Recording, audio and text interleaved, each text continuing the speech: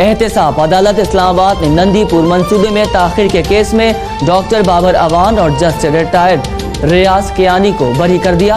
سابق وزیر اعظم راجہ پرویز اشرف کی بریت کی درخواست مسترد۔ احتساب عدالت کے جج ارشد ملک نے ملزمان کی بریت کی درخواستوں پر محفوظ فیصلہ سنا دیا۔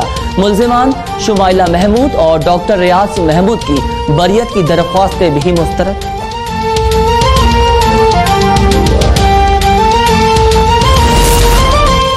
پیپلز پارٹی نے نندی پور منصوبے کے فیصلے پر سوال اٹھایا۔ ایک کیس میں دو مختلف فیصلے سوالیہ نشان ہیں۔ قمر زمان کائرہ کا رد عمل، کہا عمران خان نے بابر اعوان کو مکھن میں بال کی طرح سے نکال لیا۔ رانا ثناء اللہ بولے نیب نیازی گٹھ جوڑ کا ایک اور ناقابل تردید ثبوت سامنے آ گیا۔ ثابت ہوا کہ ووٹ چوروں کو 7 خون بھی معاف ہیں۔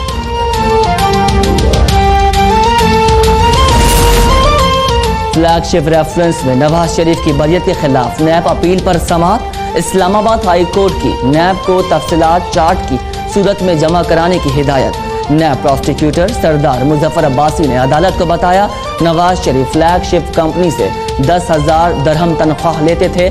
جسٹس محسن اختر قیانی نے ریمارک دیے کیا کمپنی سے تنخواہ لینا غیر قانونی ہے۔ سماعت 1 ہفتے کے لیے ملتوی۔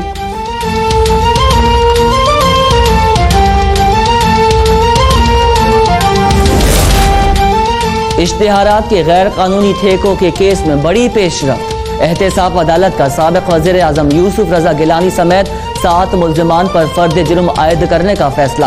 عدالت نے تمام ملزمان کو 2 جولائی کو طلب کر لیا۔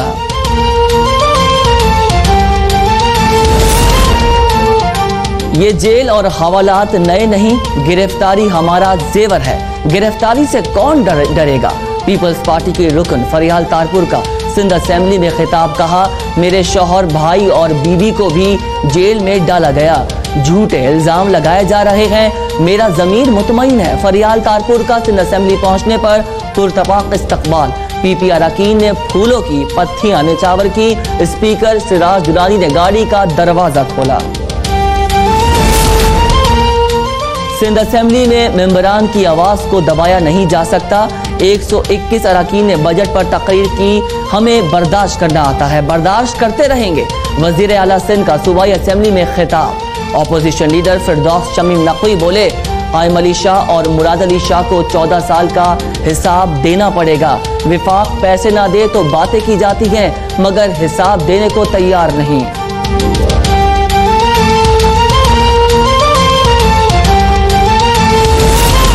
پی ٹی آئی کے 18 بینک اکاؤنٹ سامنے آ گئے جن کی تفصیلات نہیں بتائی جا رہی۔ عمران خان صاحب پہلے بھی آپ دیوار پھلانگ کر بھاگ گئے تھے، اب بھاگنے نہیں دیں گے۔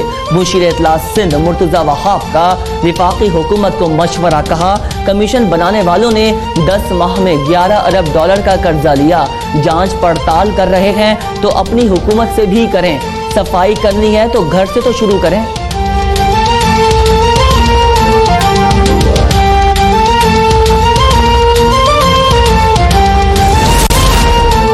محکمہ اطلاعات سندھ میں 6.25 ارب روپے کی کرپشن ریفرنس جیل میں قید، سابق صوبائی وزیر شرجیل میمن ضمانت پر رہا۔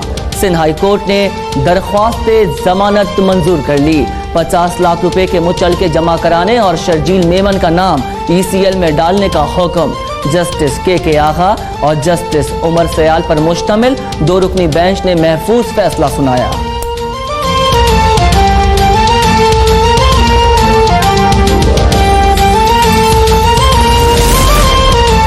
آئین اور الیکشن ایکٹ میں سزا یافتہ کو پارٹی عہدہ دینے کی کوئی معاملت نہیں، یہ پابندی الیکشن ایکٹ 2017 میں ختم کر دی گئی۔ مریم نواز نے پارٹی عہدہ دینے کے خلاف درخواست پر تحریری جواب الیکشن کمیشن میں جمع کرا دیا۔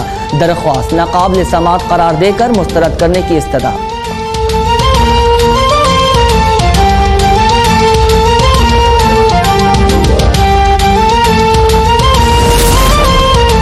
حکومت کا الیکشن کمیشن ممبران کی تقرری کے لیے سپریم کورٹ جانے کا فیصلہ۔ وزیر اعظم کے معاون خصوصی نعیم الحق کا کہنا ہے پارلیمانی کمیٹی ڈیڈ لاک کا شکار ہے۔ وزیر اعظم اور اپوزیشن لیڈر کے مابین اس معاملے پر اتفاق رائے نہیں ہو سکا۔ ڈیڈ لاک کے بعد کیا کیا جائے؟ آئین خاموش ہے۔ ہم اس معاملے سے سپریم کورٹ سے رجوع کر رہے ہیں۔ سپریم کورٹ ہمیں بتائے ان سیٹوں کو کیسے پر کیا جائے۔ سونے کی فی تولہ قیمت میں 1300 روپے کا اضافہ، 1 تولہ سونا 80,500 روپے کا ہوگا۔ پاکستان اسٹاک مارکیٹ میں مندی کا رجحان برقرار، 100 انڈیکس 281 پوائنٹس کی 34,190 کی سطح پر بند۔